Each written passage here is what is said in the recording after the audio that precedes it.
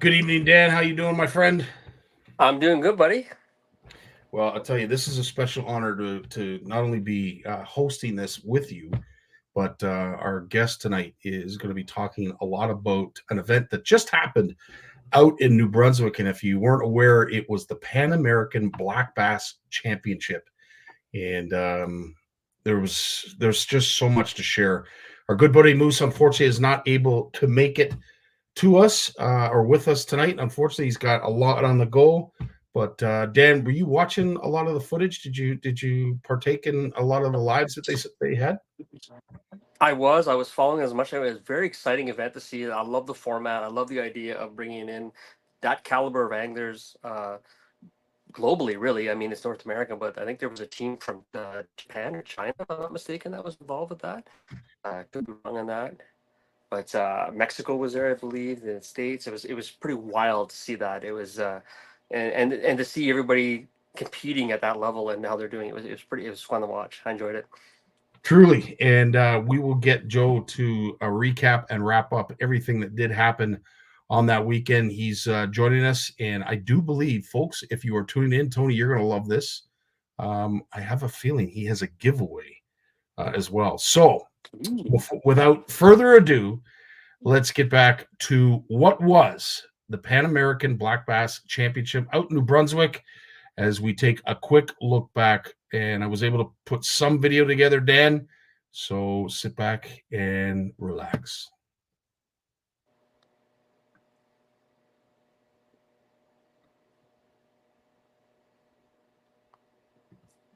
It's official. Boom! Welcome to New Brunswick.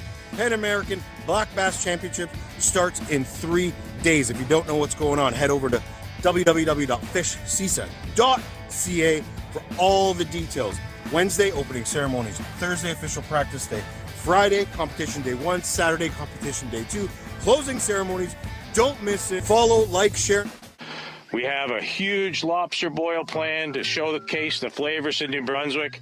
We have great sponsors. We have great staff. We're going to have over 160 rooms at the Delta in Fredericton.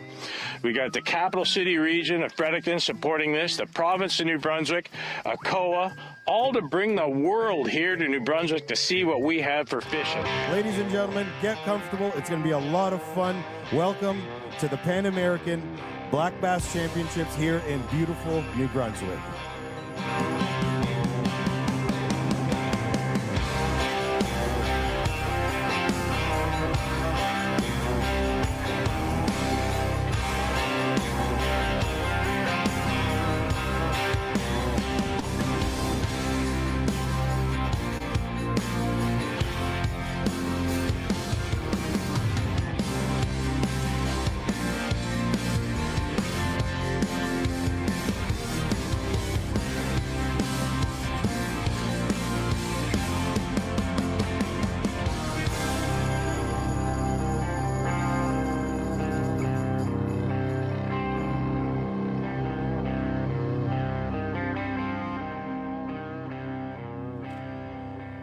I want to call up Team USA to the stage right now.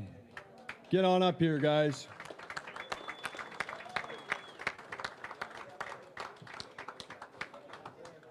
The last 4 years, we've been fighting for the America's Cup.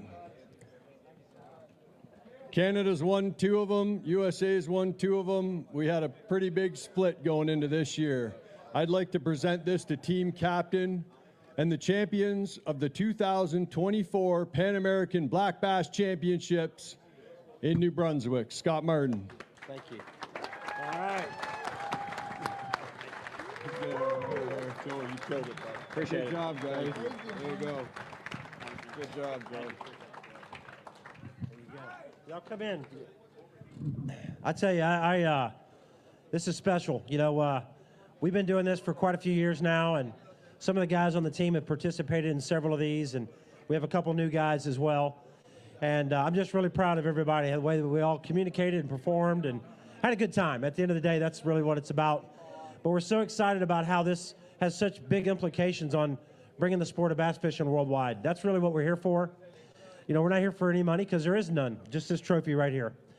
And the pride to represent our country. So it means a lot. I know it means a lot to Team Canada and all the countries that come here to compete at their very best. And I tell you, every one of these countries, they just really good fishermen, and just really looking forward to keep doing these things, and hopefully we'll hold this cup up again one time soon. So, but my hat's off to our teammates here. These guys did great. I'm glad we picked the team that we have. It was the perfect team for this year.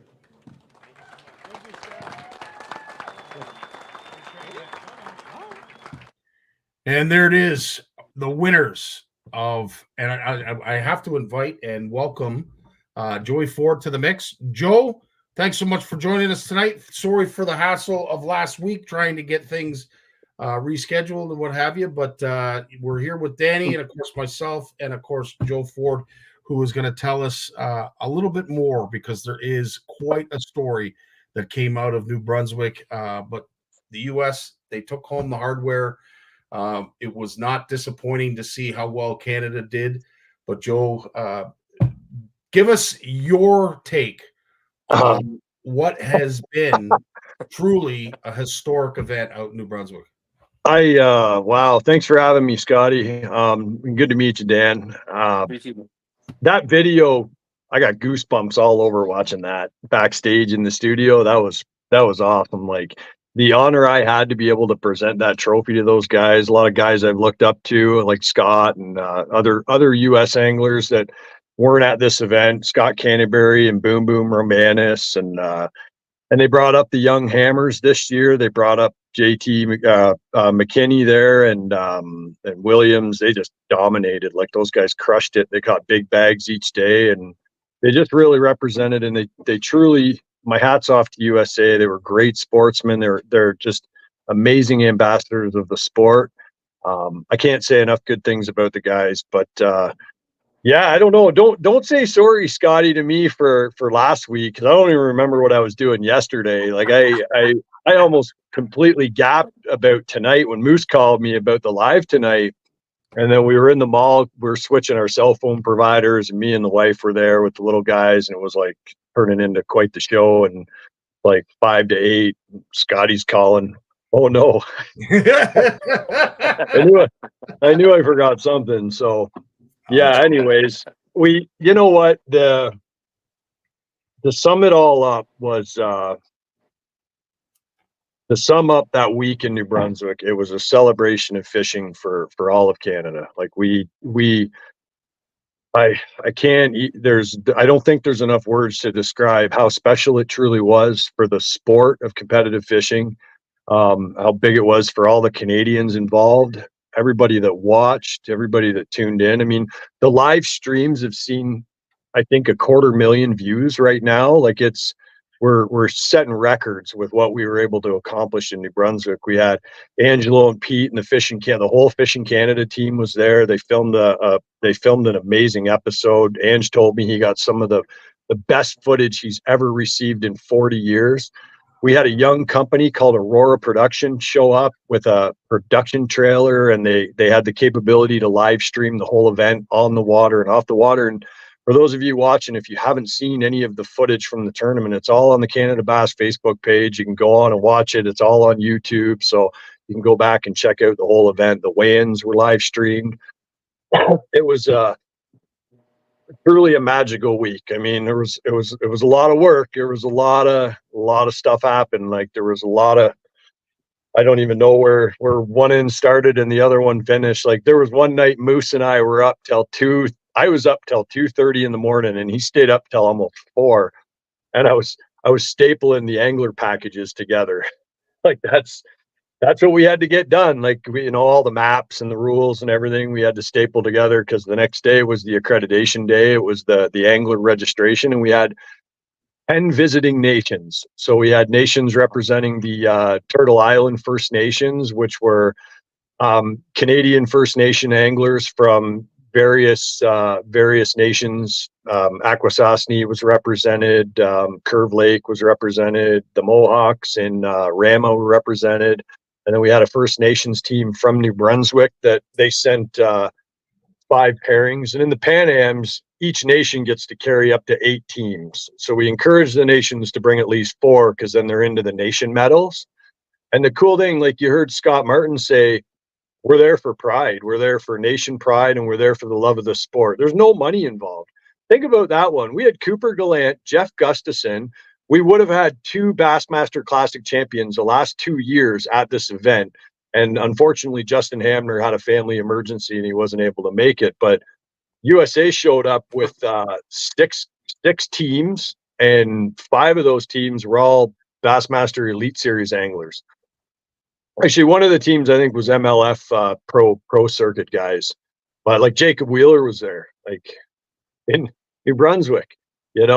One of the most beautiful places I have ever fished in my life. Like I mean, I didn't even get to fish in this one. I was one of Team Canada's alternates, and I was kind of glad I didn't get to fish because I was like pretty burned out running wild. We built a boat compound that housed 70 boats and trucks, and we had generators and spider boxes and transformers. So we had the capability to charge all of these boats overnight, every night. We had a whole fenced in compound with security at the Delta, right on the St. John River in Fredericton. So I got to thank Capital Region Fredericton, my buddy Pat Olson. I've become really good friends with this guy. He was a huge advocate right from the beginning. He works in tourism for the city of Fredericton. They were one of the first partners that jumped on board.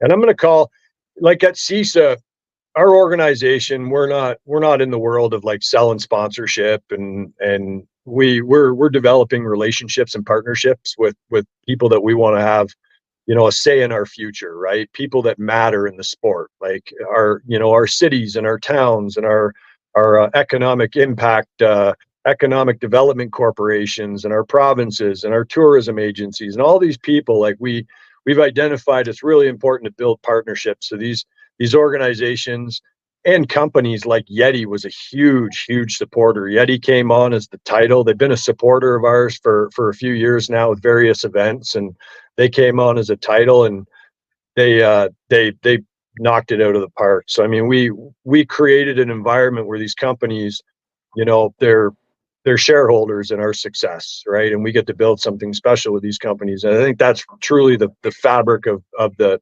sport of competitive fishing. And without those partners and without those relationships, we're not going to grow as a sport. And my business is bass fishing and competitive fishing. And, I'm responsible for a piece of this organization. We've got an amazing team, board of directors that do a lot of the jobs and a lot of the work. And I just can't say enough good things. Like New Brunswick was this event, this Yeti Pan American Black Bass Championship was the unicorn of all fishing tournaments in Canada. And it was something so special. And I mean, we've had these guys up before. Bob Azumi hosted in Cornwall in 2019, and Andy Pilata was there, and they did such an amazing job with, and they had limited time and limited resources, and they brought up, the Dustin Connells and Jacob Wheelers and put together an amazing Canadian team. And that really, I don't think we'd be where we were able to achieve in New Brunswick without the successes of some of these other events that have happened. Like, for those of you who don't know, Chuy Morales is one of the founders of the Pan American Sport Fishing Federation. And we were governed for this event. We were governed by the Pan American delegation. And I've got to sit at the table with Chuy, and we've made some amazing changes to the world of sport fishing, and we've done some amazing things together. And I have a lot of respect for this man and all he sacrificed for the sport of competitive fishing. And he's a legend down in Mexico. Like he's the guy. And Chuy was in New Brunswick, and he came up to me after, and he was really emotional. And he goes, "God, Joe, what you guys were able to do here, you guys just hosted the biggest high-profile Pan Am championship we've ever had. I don't know how we'll ever be able to achieve success at this."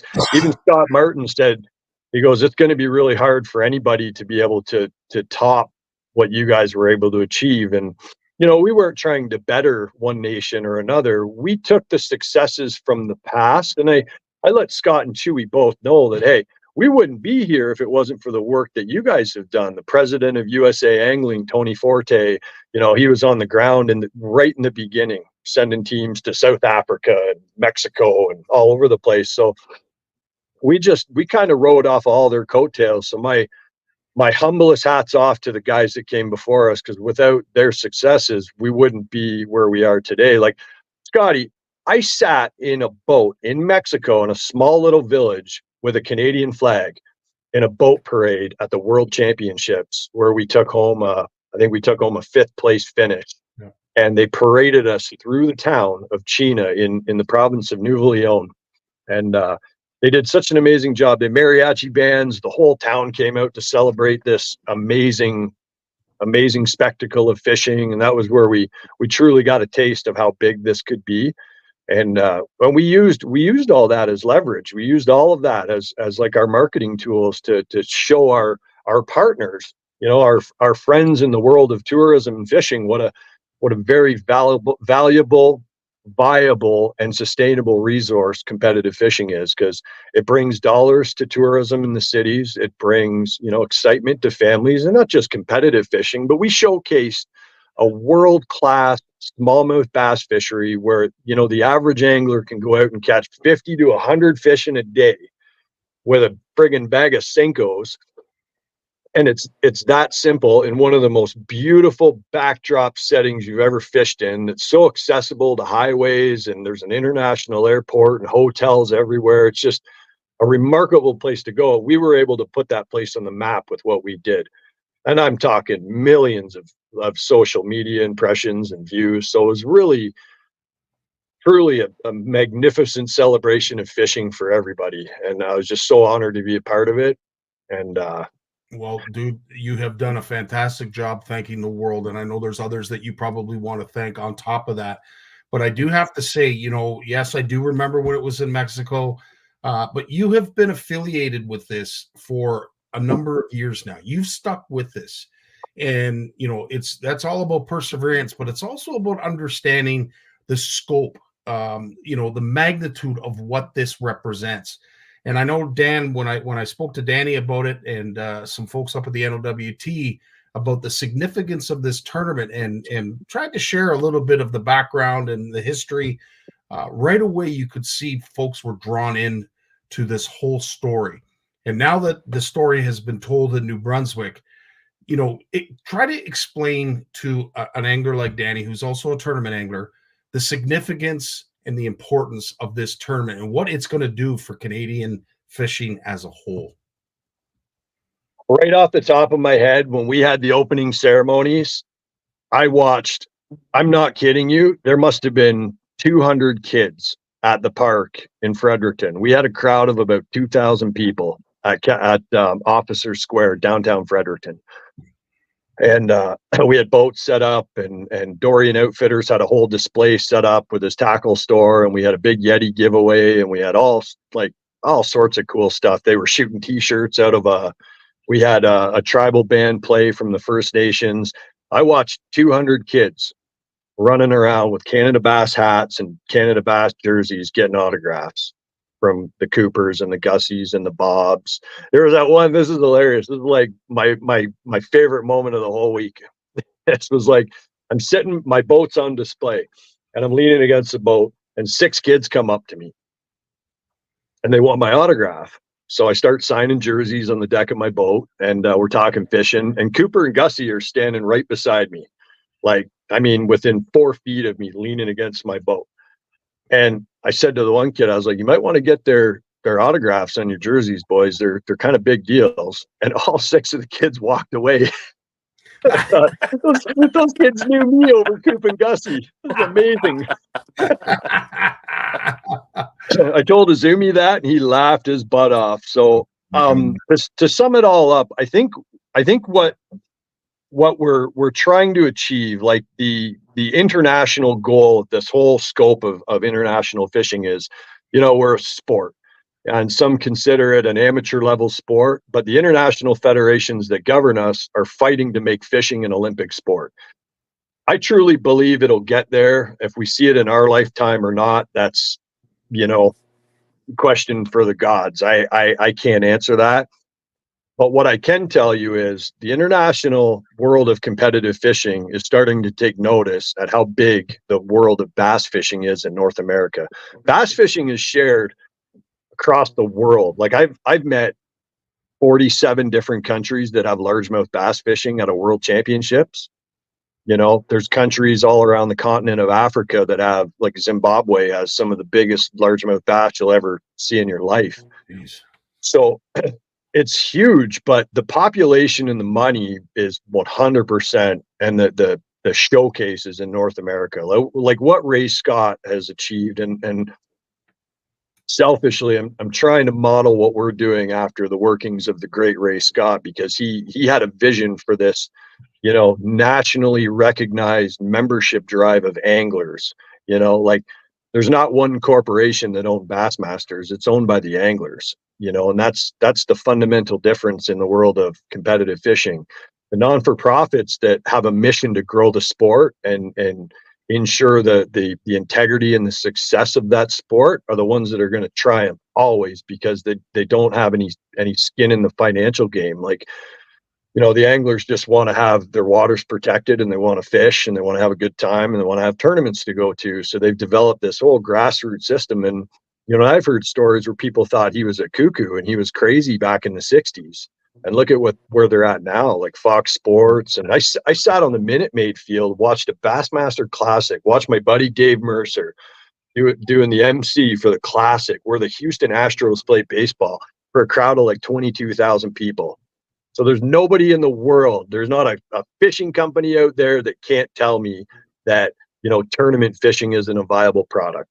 It's part of our fabric. And, you know, I think unfortunately in Canada, we have so many bodies of water and so many different types of fishing and so many disciplines of fishing. And they're all beautiful art forms, in my opinion, from fly fishing and predator fishing, even the guys that sit on the bank and catch carp. Like there's a piece of fishing for everybody, and that's what makes Canada so unique. But we don't have the population that America has, so that puts us in a, you know, kind of a disadvantage when you're looking at the growth of a sport. And when the growth of a sport gets overwhelmed with the amount of tournament trails and tournaments and you know, one day events, and I mean there's grassroots clubs, and like OBN does an amazing work with conservation, and they do an amazing job with the junior program, and like that's how Cooper came up. CBAF, they've got their own grassroots, but there's so many tournaments and tournament trails in different regions. I think there is a piece of it that gets a little watered down, where the anglers, it's a huge financial burden to be a tournament angler. So what we want to achieve at CISA is the growth of the sport, and we want to be able to support the stability of the sport. We want to be able to support, you know, the companies that want to see growth, right? And a lot of times it's for the future of the sport and not for personal gain. Yep. You know, there's a large handful of us that walked out of New Brunswick broke. Like we didn't make any money off of that tournament, and we weren't there for that, right? All of our investments from our partners, you know, the province of New Brunswick stepped up, and capital city Fredericton, and even the federal government tourism program stepped up. They, you know, every bit of that money went into the event, which in turn goes into the growth of the sport, because we were able to showcase something truly magical. And we put it in the eyes of millions of people across. Like, I was sitting there, I was one of the broadcasters on the live broadcast with our host, Jeff Wilson. He was our master of ceremonies. Jeff's a tremendous guy. Got to get him on. He's been on here before, hasn't he? Yeah.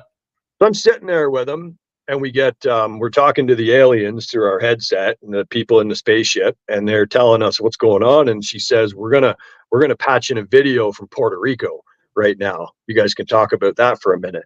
So we're sitting there, we got the monitors in front of us, and we said, we're going to go to a little video that was taken in Puerto Rico right now. And it was a family watching our broadcast, watching their dad fish from the island of Puerto Rico. So yeah, I can go on and on and on. Like Angelo Viola says, like you wind me up, and he goes, he's like, I love this guy. He's like the Energizer Bunny. You wind him up and he'll just keep going. But I'm so passionate about, you know, I've had I've had focus group meetings with like leaders of the sport, not leaders of the fishing industry, but people that really truly care about the future of the sport and where to go from here. And I truly believe that, you know, like any other sport in the world that makes a profit or doesn't make a profit, there's no reason why we can't recognize our best and our nationally recognized team. And that's Canada Bass. It's so true. And there's so much to unpack there with what you said. First and foremost, big accolades for all of your team that put on a show that, as you mentioned, you know, and I hate to say this because I'm Canadian, true and true, but no one promotes a sporting event like the Americans. Those folks know how to host any kind of sporting event, whether it be fishing, football, or anything else. Oh, yeah. They are phenomenal. So for them to take a step back and acknowledge the performance that was put on in New Brunswick, hats off to you. Dan, I gotta, you know, with what Joe has said about cost, you know, we were talking a little bit before we went live tonight, you know, about that elephant in the room that is the cost. It is a cost factor. And here you are hearing firsthand, this was all about bragging rights. And to see the support, the buy-in from the anglers. And as I said, Joe, your perseverance was sticking with this because you really have. You've stuck with this for a number of years. To see it unfold like it did last week truly is a testament to your perseverance, your dedication, passion, and of course the buy-in from all. But how do you sell this, Dan, going forward, you know, to anglers that might think that they might want to get involved? And we'll talk about the qualifier upcoming too, Joe, because we're gonna want to know how folks can qualify for this. But Dan, it's got to set you back when you hear that, you know, there is a tournament like this, that it is all about the prestige. It doesn't matter what it costs.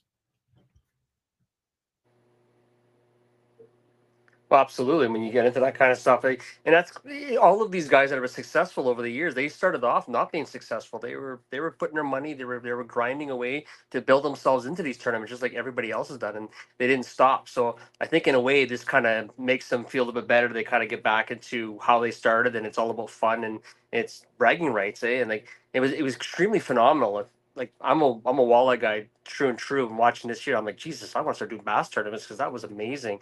I want to, you want to get involved with that and see that come out of Canada, because for us, you know, the National Walleye Tour in the U.S. is the closest thing for us to get involved in that kind of format and that kind of a pull to it, eh? After the cost, it's you know, we all know it's through the roof, and we all do it because we love it, and it's just what it boils down to, and going to keep doing that. But I can't wait to get a front close look at something like that. That was pretty impressive. Just what I was seeing on social media alone, it just was wow. That's all I can say about that, really. 100%. And Joe, you know, when you hear that from a fellow tournament angler, although a different species, you know, at the end of the day, you are inspiring tournament anglers, all anglers for that matter, that they can be a part of this. And then those young kids that were able to take in this venue and this whole event.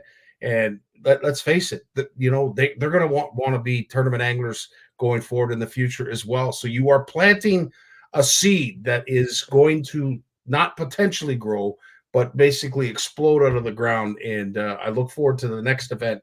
But before we get to that, obviously we need to talk about a qualifier. If you are a Canadian bass fanatic, maybe you just love bass tournament angling, what have you, how do you qualify for an event like this? Well, we made some changes to the process of qualification for Team Canada because we just found, and we may very well go back to an open format, but you know, like you mentioned a couple of times that I've been doing this since the beginning, and I have myself and Dave Chong were the two guys in the beginning that kind of took the reins from Bob Azumi and just kind of rolled with it. And I wrote out a bit of an action plan or a vision that how I saw this unfolding, and we rolled with it, and we put a really good team of people in place, like Phil Haggerty and Pete Garnier, and Rick McCrory's our team manager, and Bob Azumi, and probably forgotten Brent Valère, my partner in crime. He's the president. The qualifier has in the beginning, we just weren't getting the support. We weren't getting the boats to the qualifier. Like when you're trying to send, you know, a qualified team of some of the best to represent Canada, and it's hard to say, like, I can't just say, you know, that team is the best. Like, I think with fishing is so open-ended and diverse, and there's so many variables, you can't really say, one guy is the best unless he's like Kevin Van Dam that just knew how to get it done for 30 years. Or Chris Corey Johnson. So we decided as an organization that we would extend an invite to name the top 2 teams to a Pan American team, and then the bottom 6 teams would be our qualified spots. So we gave one of those spots to the Destination Nakawik Open, and this year we've switched to an invitation. So if you support a bass fishing tournament trail in Canada, and unfortunately there's only a few of us. I mean, if we've forgotten a trail or we missed a trail somewhere in northwestern Canada or somewhere that we weren't aware of, because it's such a big province, I do apologize, but we're just limited time and resources. So we picked a list of the bigger tournament trails that we knew. And if you're an angler that worked really hard and you supported the tournament trail and you fished the whole series, we felt that you were one of those anglers. If you fell into that top 10 team of the year spots, you were one of those anglers that deserved an invite. Like, you earned it. And I think that's, was a direction we needed to go as an organization, because it is a nice idea that it can be open to anybody, but we do want to be able to back up our mission, which is to support the sport, and kind of put those anglers that work the hardest first, right? Because there's a lot of anglers that are fishing, the Bait Fuel Tour and the CSFLs and I'm sorry, I'm blanking. What's the other tour down here? The Renegade. Renegade's bait fuel now. The shootout series. So there's a lot of really amazing anglers that fish those series, and a lot of guys that work really hard at showcasing their brands, and they've got sponsors, and they've got social media packages, and guys that are really working hard to just have a fun little life in the tournament scene, and those guys that work the hardest, I feel, deserve an entry. Now, where it gets interesting is, if you're an angler from Canada that has put your money where your mouth is and traveled to the States to fish as a professional in one of the open trails, like the Bassmaster Opens or the FLW Toyotas, I know it's the MLF. I'm an old school FLW guy. I'm going to keep calling them FLW till the day I die, probably. It's ingrained in my blood. It is what it is. But the MLF Toyotas, those are pretty much the 2 trails. If you've competed as a pro, you'll get an invite every year. And we've also extended an invite to all active CISA members and the anglers that have competed for Team Canada since our inception in 2018 gets invites. So, that's awesome. This year we had to choose a pretty cold part of the year. We're November 1st and 2nd on the Bay of Quinte, and got a little bit of work to do next week to get ready for that event. But we're going to set up a tent and a scale and keep it kind of low key and let the anglers just go out and fight it out for 2 days, and the top 6. So the way it works for those of you guys that if you are watching and you do fall into that mix and you can make an invite, we have a ranking system now, kind of like how the RCMP ranks and selects their police officers. So if we have 30 boats show up to the qualifier, 30 invited boats, every one of those finishing anglers will fall on a list. They'll all be active members of CISA. And at any given time, if teams drop out, because we've had this happen where we qualify a team and then something comes up and, our 6th place team can't make it for whatever reason. Well, then we go down the list, who's next in line. So you're never out of it. And as a matter of fact, a couple of our guys that are fishing in Italy right now, they got their big break through that process, through that ranking process, right? They didn't actually qualify for the Pan American team. There was 2 teams that actually went to Mexico in 2020 to the Pan American in Mexico, the one just before COVID, and they didn't actually make the team, but they were high enough in the ranking that when a couple guys couldn't make it, we went down the list. and they got pulled into action, and guess what happened? We won gold medal and beat everybody in that one. So, you know, you're never out of it, but we want to make sure that we're supporting the tournament scene. That's the most important thing to us, is to make sure we're supporting, because if we don't have a tournament scene, we don't have anglers and we don't have anybody to represent. Danny, you know, hearing this, obviously as a walleye angler, it's, you talk about tingles and goosebumps, to know that there is this hierarchy of an elite tournament that you can be recognized, invited to, because of your accomplishments, because of your prowess as a bass angler. Can you imagine if we were to flip the script and turn this into a walleye event as well? That would be like a dream. That would just be absolutely amazing to be able to not only compete in that, to make it to that point, but even trying to qualify for that. Like, you got so many steps. You know, we kind of have that in our league where we qualify for our championship, but then it just seems that that's going to be more steps, and it's more of a, you know, we're all in tournament fishing because we like the challenge. We wanna get to that next progress and our next goal. One of the things I'm just blown away, like my mind's just racing, just thinking of the logistics of this, of just getting all of these anglers together, getting their gear, their boats. Like, that's just mind blowing to me. I just think of a tournament just running from the stuff I have to go through. So I couldn't imagine these guys traveling all over North America doing that. Well, Joe, maybe Danny, we had 37 boat marshals volunteer their service, and they were paid about $500 a day for their costs and given a really nice hotel room at the Delta. And they stepped up to be the boats and boat marshals, kind of like boat captains, rental boats with a driver, for all of these anglers that came in from Puerto Rico, Mexico, Dominican, USA even used one of our boats. It was logistically, it was a challenge, but we had amazing people that stepped up. Like, our organizing committee that was specifically designed for this event was, yeah, there he is. There's one of them right there. You don't want to wind me up on him right now, because, like, I'll go on till midnight talking about what that guy pulled off. Like, that guy is a superhero of all that's good and holy. Let me tell you.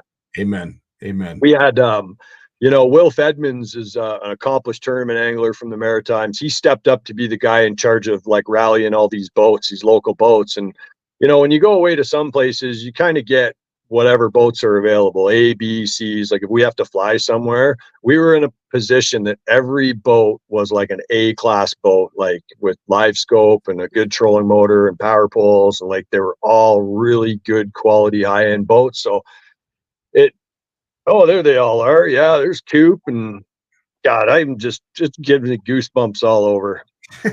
There was like so many amazing things going on. So I just saw a guy in the crowd. I'm going to just change the topic and tell a really funny story, because I didn't think it was as funny until Bob Azumi was asking me about it after, and I was like, what's the big deal? But so I'm in the parking lot before any of the boats had shown up.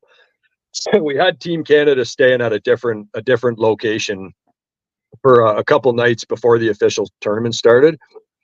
And this guy comes up to me and introduces himself, and he's, you know, he's like just an old school fisherman, right? He's kind of got long hair and a ball cap on, and he introduces himself, and he's super nice. And he said, hey, I just, you know, throwing it out there, but I got a little barbecue business. And, like, I've never met this guy before. He's I'm in the middle of building this boat compound, so I'm all dirty. I'm pulling cable with the guys from United Rentals. I'm super busy trying to get everything kind of dialed in. And I said, barbecue, eh? Like, what kind of barbecue? He's like, man, I do ribs and brisket and pulled pork. And I was like, huh, can you feed like 15 to 20 people tomorrow? And he's like, it might be a stretch. I won't be able to get a brisket done on that time frame, but I can do ribs, and I've got these really good burn ends. And I was like, yeah, I'm kind of just burned out right now, and it's like I got money burning a hole in my pocket, and I got just, I don't know, this just feels right. Some dude in a parking lot and just offering me barbecue. I gotta feed the team his backyard barbecue. So I was like, for real, man, like I can probably, let me call the team manager and I'll get back to you. And he gave me his phone number, and He's like, yeah, I call it bootleg barbecue. I do it right in my driveway. I've got like 5 smokers in my driveway, and I just get smoking in the morning. So they sent a message out to the team. Hey, anybody want to do this? It'll cost about $30 a person. And they're all like, yeah, for sure. And then I called the hotel, and they gave us one of the little conference rooms so we could eat in. And this guy showed up with some of the best ribs I've ever had, and these candy covered burnt ends, and this smoked mac and cheese and baked beans. And it was such a phenomenal barbecued meal. And Azumi comes over and he's like, so like, you just met this dude in a parking lot? I was like, yeah. So what? He's like, and like, you just sold like a catered barbecue thing in the parking lot at the Delta? Like, you're just never knew where the guy came from? Like, didn't check he just burst out laughing. He thought it was the funniest thing ever. And I didn't really dawn on me. I mean, the guy, I don't know, it could have turned out horrible, but it was just one of those meant to be Could have been from the U.S. team and poisoned y'all. Who knows? Yeah. So Danny, I got a question for you. Where do you live? I live in a small town called Spanish up by Sudbury. I'm on the Red Lake Huron up here. Okay, I know where Spanish is. So like, there is an opportunity for us being part of so you're a predator guy, you're a walleye guy, right? You're probably pretty good at catching pike and kind of, sort of. We have a phenomenal walleye fishery and a great bass fishery. In fact, Scotty's on our team. We got a walleye event coming here next September that we started and got the township here. So very cool. Like 15-pound walleye here personally. I live on the river here, so I just run up and down. I grew up here, so we're right on the North Channel of Lake Huron. So what if I told you? What if I told you? Whatever you it is, could I'm be, saying yes. Well, just hear me out, because FIPSED and SIPS are the 2 international federations that govern all of the international stuff, right? Like the Pan American is its own separate entity. And in the Pan Am, we do a bass and a kayak. But in FIPSED, when you go traveling around the world, they have a predator division. And I know they had a world championship in Sweden where they were catching Xander, like those monster walleyes, like over there in Europe. Yep. So Xanders, yeah, give me a call next week sometime and I can fill you in more on that. But there 100% is an option to build a kind of a sub-team, subcommittee of the Canadian International Sport Fishing Association and start sending anglers overseas and wherever to predator fish. You know, if there's multi-species, guys out there that love competition and want to fish against some of the world's best, like, we're the organization to be a part of. It's just, everybody's such a reach away and we're so limited that, we have a kayak division and they went down and had a pretty successful run at the Pan Am in Hot Springs, Arkansas. Or no, sorry, they're at Lake Murray.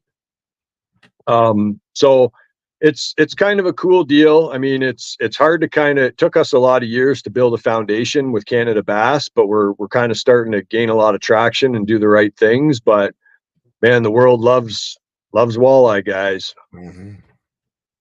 Yeah, and I've actually, I think I've seen that a few years ago. I think John Hoyer and a group of Americans went over into Europe. I might have been the same organization doing that there. So I'm kind of familiar with that, and I've talked with that, and I've seen what the black bass. I mean, I'd love to be able to help get that started or get that going or just any involvement whatsoever. I think it's going to be phenomenal. And like I said, it just adds one more aspect to that tournament competition that we all just kind of crave for the most part. Man, you could go fish your species in Europe under the Team Canada brand. Like the sky's the limit. So, hey, I wanted to talk a little bit about the team, and somebody just popped on and said, hey guys, so Adam Howell and Corey Gaffney were 2 guys that fished this year in New Brunswick. And I was so impressed with their fishing, but I was even more impressed with how well they conducted themselves as men in this sport, like with so much integrity and class. Like those guys they breezed through that whole event with grace. They won the bronze medal for the individuals. They helped Canada in a huge way get into the silver medal spot for the nation. So, we had a pretty amazing team, and Adam Foster he fished with Bob Azumi. Dave Chong and Steve Neville, you know, veterans of the sport. They did amazing. They had a big day one. Coop and Gussie did incredibly well for limited practice, and you know, they really, I can't say enough about those guys. And I'm a little tired. I feel like I'm forgetting somebody right now. Who am I forgetting? Oh, Rick Cool and Jason Hines. They're just beauties, man. Two of the nicest guys you'll ever meet. We had such an amazing group of guys down there to represent Canada. Yeah, it was pretty phenomenal. And Jim Zogas was the other alternate, and Jim stood by the team every morning. He showed up on competition day. He was there for blast off to make sure, you know, everybody got off safe and everything was good, and just in case we needed to put an alternate in for whatever reason. And you know, he supported those guys like with a lot of grace, and my hat's off to Jim for the sacrifice. I'm totally forgotten somebody though. I can't even. Who am I forgetting? To be honest with you, there's a Rolodex of people that I'm sure. Yeah, there was 8 teams, and I'm like drawing a huge blank. I think I named off like 5 of them. Oh yeah, Graham Mace and Jason Hare were on the team. They were new to Team Canada. They loved the whole experience, and I think with a lot of guys that were new on the team, they were a little unsure of like, because they might have been going off of intel or what they've seen in the past or heard, or how, you know, the whole kind of show operated. But when they got there and saw that, like, that spectacle, it was pretty unbelievable. And like, we had 3 different levels of media. We had the Aurora production live streaming, and they're actually in the process of making a documentary about the event. Yeah, so it's going to be a really cool documentary come out. And then Fishing Canada was there, and it's cool because Angie's going to play that show during their 40th season, which is amazing. Yeah, that's very, very special. Meant a lot. Like, I was a little kid going into Barclays and Oshawa, you know, and Reno Viola sold me, my dad, my first fishing rod. It was Daiwa something and a Mitchell 300 reel. It was like, I'd give anything to have that fishing rod back hanging on the wall right now. Okay. And to have Bob Azumi. Bob Azumi was our captain, and Brian Stubbs says Rick McCrory. Yeah, I mentioned Rick McCrory. Rick's been hanging around the team for. That guy is just amazing. He's a team manager. He's a guy that just gets things done. He keeps a team organized. He's such a great guy. We're surrounded by champions on that team. Like, this Team Canada that went to New Brunswick was, I think, one of the most well-rounded teams we've ever fielded. And it was really exciting to watch the way they operated. So I can't thank you guys enough for everything you pulled off. It was pretty special, and yeah, I don't know. I can only imagine. It was absolutely amazing. Anyways. Yeah, the adrenaline that you'd had leading up to the event, of course, during the event, I can imagine there was that lull, that like, holy crap, I can't believe it's over. But I can only imagine how that soaked in once it was over and the adrenaline was gone, and then you just sat back, as you said, and now you get to watch all the videos again, you get to watch all the lives again, and just relive it over and over.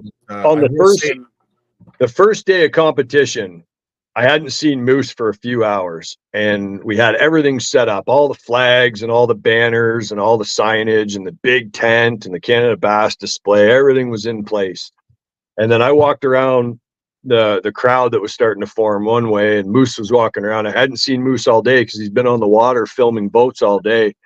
And we locked eyes, and I'm going to be straight up right now. We had a real emotional moment, and I cried, and I was like, it was like such an amazing.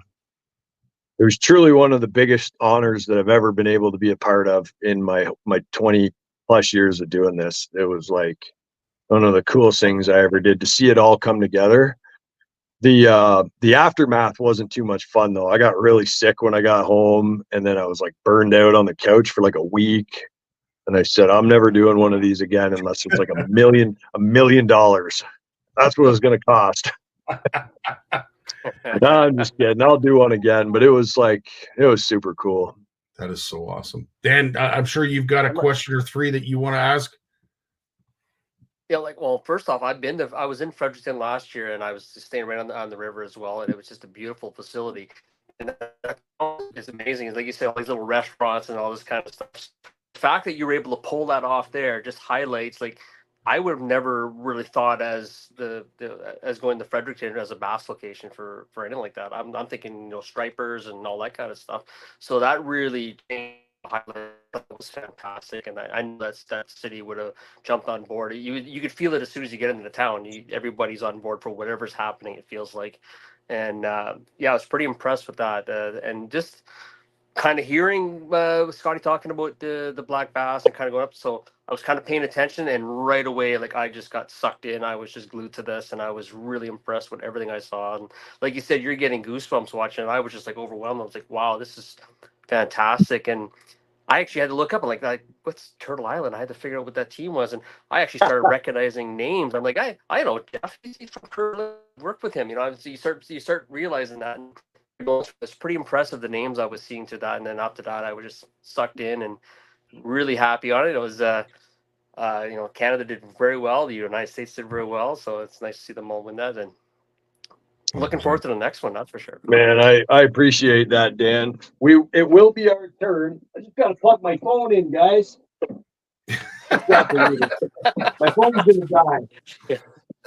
So while you're doing that, Joey, Ryan asked a question, and obviously, as great as this event was, and I certainly don't want to take away from any of it, but when will the Pan American Black Bass Championship come back to Canada, and do we have a designated city for it? Nothing official, but yeah, it officially, it'll be our turn in 3 more years. So like next year, Mexico will host. The year after, USA will host. The year after that, it'll be Canada's turn. Now, there is a little bit of a development.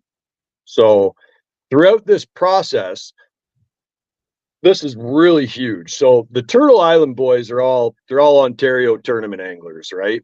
And they're fielded by some champions like Mike Williams and Mike Quinnell and the Thompson brothers from up there in Rama, and just a great bunch of guys. We had a meeting, myself and Chuy Morales and Scott Martin, and we decided that because it's been a gray area with our First Nations teams, in Canada and in the United States of America, whether they can participate, internationally in this kind of stuff. So we decided and voted on it, collectively decided it would be good for the sport. It would add a whole new element to the Pan American competition format, that we would recognize our First Nations as Pan American nations, which has never been done before. So that was a really, really huge acknowledgement. Move. That was a big move forward. So when I sat down with the 2 captains from Turtle Island and let them know, they were ecstatic. They thought this is amazing. And I said, the only problem is, boys, you're going to have to host one of these times. So whether they're in a position to be able to host or not, I mean, they're going to grow their organization the best way they can. And I think in 3 years, it'll be our turn to host again. And who knows? I mean, we could end up here in Ontario. My goal is to host a World Championships. The next few years are already scheduled. So this spring will be the SIPS and FIPS Ed Congress, which will happen in Italy and Rome, which myself and maybe Brent will go to and represent Canada. And we'll probably put a bid in there. And we do have some, we've got some pretty big questions we want to ask these international federations to protect the sport. Like, I know there's been some experiences that, there's been some countries that I think they've done a great job within their means of hosting, but it costs nations a lot of money to go and do this stuff. Like, you send 8 teams to a Pan Am, like, your registration fee is almost $30,000. But that gets you like your food, your hotel, airport transportation, boat rentals, that kind of stuff. So there's a huge price tag involved with doing this. So, my concern and what I want to see is I want to make sure that, the nations that are going to host these big, like the World Championships, where you'll see between 30 and 50 countries show up.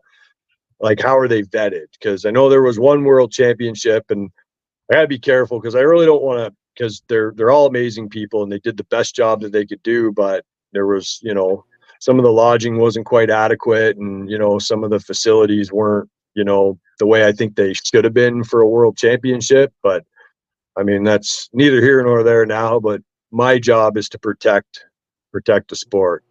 Ryan says, if it's in Ontario, I will drive up from New Brunswick to watch the tournament. Thanks, Ryan. And it's that kind of support and that kind of buy-in from not only the anglers and the community, but you know, just the spectators at large, and you know, the venue, especially when the boats were being dragged up for the weigh-in. You saw the numbers of people that were there, and not to say Fredericton's not a big place, it certainly is, but when you see these small town events being held in these small town venues, and Dan and I have seen it on full display with the NOWT. The buy-in from the community is truly something that is inspiring in itself. And I've had the luxury of seeing it. Make or break you, really. I can only imagine what it was like in New Brunswick for you guys. I've been saving this one for the end because I got a really special, like, honorary mention to, you know, our actual tournament site wasn't in Fredericton. So Fredericton was the host city, but the town of Nakawik hosted the tournament. Now, Nakawik's involvement was very unique. Mayor Tim Fox and his wife Tanya, they sit on the board of the Destination Nakawik, which is an economic development corporation that they've developed to really support tourism and just support their not just tourism, but actual growth within their community. I mean, they've got housing projects going on right now, and federal funding that's taking care of that kind of stuff. My poor dog's whining at me right now. I've been running and I feel bad. I've been running and gunning all day, and he's such a big suck. But yeah, they do such an amazing job. So they took over the Destination Nakawik Bass Tournament that happens in the spring. And if anybody wants to travel to a low entry fee, big payout bass tournament with like 60 to 60, they had 85 boats this spring, and first place was 15 grand, second place was 8 grand, third place was 5 grand, and the tournament entry fee was $400. Jeez. To fish that river, and it's gorgeous there. And so they've taken over this tournament. So we utilized volunteers from the NBSFA and the NB Bass Tour, the two tournament trails down there. And I love talking to the Maritimers because they're very humble, and, you know, they're like, we're just got our small little thing going on here. And I started to correct a lot of them, and I said, you guys need to change your language, because what you were doing here is so magnificent and powerful. You've got tournament trails right now that are rivaling numbers in tournament trails in Ontario, you know, and I'm not shooting anybody down. It's just that the fact of it is that you guys are doing such a great job with your product, and your anglers are having fun and they love it, and it's low stress, and you're all volunteering to achieve the same goal. And they all stepped up to support us. Like Mike Pruzchak was one of our tournament directors. He's the chairman for the NBSFA, and Donald Patterson, he represented the NB Bass Tour. He was the other tournament director. These guys worked with me ragged for days, man. Tim Fox had a live release trough built for this tournament, like a 12-foot long trough made welded aluminum. And I actually got to do some pipe fitting, get all the fittings and the threads to put the water hoses. And it was a flow through system. So the water goes in one end and comes out the other end, and you control the level with the valves, and the fish always have a supply of fresh water. No oxygenators, no bubblers, no nothing. Just pumping in like fresh water constantly. This was the kind of stuff that they pulled out of the mix for this. So Destination Nakawik was one of our partners right from the get-go. They're one of our biggest supporters. You know, they're part of Capital Region Fredericton. They're all part of the same like municipality, I guess. But God, they just amazing people. They worked their butts off. They did such a great job, and every one of them is rewarded with just a magnificent success of an event. So That's so awesome. Joe, as it is the Power Hour, and I know you got prior arrangements, and you probably just want to kick your feet up on the couch, but I do know that you have a giveaway that you want to do. So yeah, I don't know. How do you want to do this? Because I got some Team Canada hats. I got an official Team Canada jersey. It's a hooded SPF 50 from one of our longtime partners, Valley Fashion and Apparel. The hats are all courtesy of BR2 Printing and Design. Beautiful, beautiful Canada Bass flex fit, mesh back trucker hats. And I'm going to give one of these away. And I wasn't going to give one of these away. Okay, you guys got to know how important these are. There was 200 of these made for this event. Okay, wow. I think there's like 5 of them left. They were given away as gifts to all our boat marshals and volunteers, and all the anglers got one, and some of the volunteering committee got one. But I'm going to give away an official 2024 Pan American Black Bass Yeti 20-ounce tumbler with the slide lid. It's like a $50 mug, and it's like, yeah, there's like a handful of these left in existence. When you get one of these, you're gonna have a piece of history.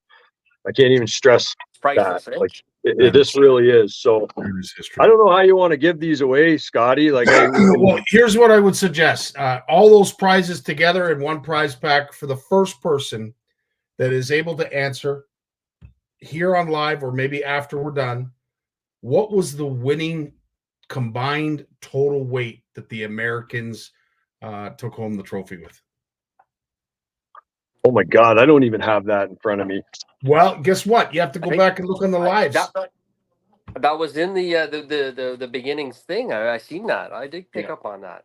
Yeah. So if you folks, you put in the comments what the overall total weight was for the Americans. We will put all your names on a wheel, and on Monday we'll spin that wheel and we'll find out who the winner is of this incredible prize pack. But Joel, as always, dude, any last comments that you wanted to offer before we go? Yeah, so we have a bunch of really nice Yeti stuff that we've been delayed on doing the giveaway. So there's a bunch of stuff in New Brunswick right now. There's a Yeti camp chair, a great big like $700 white Yeti cooler, a bunch of Yeti swag, some fishing rods. So we've got the online Yeti giveaway, the Yeti Adventure Pack giveaway that Moose and I have been pumping out for weeks and weeks and weeks. So we're going to be drawing the people. We have all their names. Everybody that was at the tournament site, we're going to be drawing. And we also have all the names from the people that liked, commented, and shared. So we're going to be spinning another wheel. So the next one of these we're going to do with Moose is going to be those 2 draws. So we'll be able to announce the names of those winners because they're huge prizes. Like the adventure pack, we're going to break it up. But I mean, somebody's going to walk away with like $1,000 worth of stuff. So. And I got a whole bunch of stuff here. It's a tournament that just keeps on giving, it seems. Yeah. Well, we had a lot of support. We had so much support. And if I forgot anybody, like there were so many people involved in this to thank that I'm sure I have forgotten somebody, and I do apologize, but it was an unbelievably amazing experience. Joe, as always, dude, listen, good people make great things happen. And dude, your perseverance, sticking with this, and of course Chonger as well. You've stuck with this from day one, and to see again, I totally understand why it was an emotional event for you, because dude, all your hard work has finally come to fruition. And congratulations, not only on hosting and putting together a historic event, but the wherewithal to stick with it, dude. Thank you so much, Scotty. That means a lot. My beautiful wife, she's our treasurer at CISA, and that's why I don't have any say in financials. Like Brent and her take care of all the money. I'll disclose that one because like you can't sleep with the treasurer. But she worked the Canada Bass booth with Elise Garnier, and Cooper's mom Kelly was there, and there was another lady, Tina, I believe her name was, one of the other volunteers from New Brunswick. Anyways, It is such an amazing job. But Linda had went and got 2 cards, and she wrote these really nice notes about how proud she was of me and all the hard work and sacrifice. And then she wrote another one with how proud she was of Moose and all the sacrifices he made and like how special it was. And she hid Moose's in his truck and hid mine in my truck. And I'm pretty sure we found them at the same time, because I started crying when I was reading it. I was like, oh my God, this is too good. But thank you guys so much. Thanks for having me. And you absolutely thanks for coming on, and congratulations to your whole team. Thanks, Sorry, guys. cut off Yes. Scottie there, but no, it's all good. Appreciate it, Dan. It's an exciting time, and I'm looking forward to doing it again. Right on, buddy. You have yourself a great night, and keep up the great work, Joe. Get some rest. Thanks, guys. Well, this is going to be a tough one, Dan, to replicate or to move forward with one of our other power hours, because again, the magnitude of this event is truly something that is, as you mentioned, you're going to continue to see this grow. You're going to continue to see the momentum from this springboard event. And as I said, so honored to know Joe and a good number of the folks on that team to see something come together like it did. well, congratulations to him and Moose and his entire team. They did a phenomenal event, and just seeing what we got to see, and then now have the conversations when you start to crack open that lid, and you start to understand, we get them to quickly realize there's a lot of work that happens behind with your volunteers and the organizing, and they're 3 years away, but they're probably already starting to plan for that one now, because there's so much work involved. And it's it's phenomenal. It's great talking to him, and I look forward to a conversation with him. 100%. And just so you know, we need the combined weight of the U.S. team that won the winning weight. Yeah, the winning weight. So look, their combined 2-day total. What was that weight that finally allowed them to take home the hardware? We will take all the right answers, put you on a wheel on CFN Live next Monday, and we will award the winner of what is quite a prize pack. Dan, thanks so much for doing this with me, and we look forward to doing it again with you folks. But yeah, in the meantime, stay classy, keep a line wet or two, and stay safe. And on.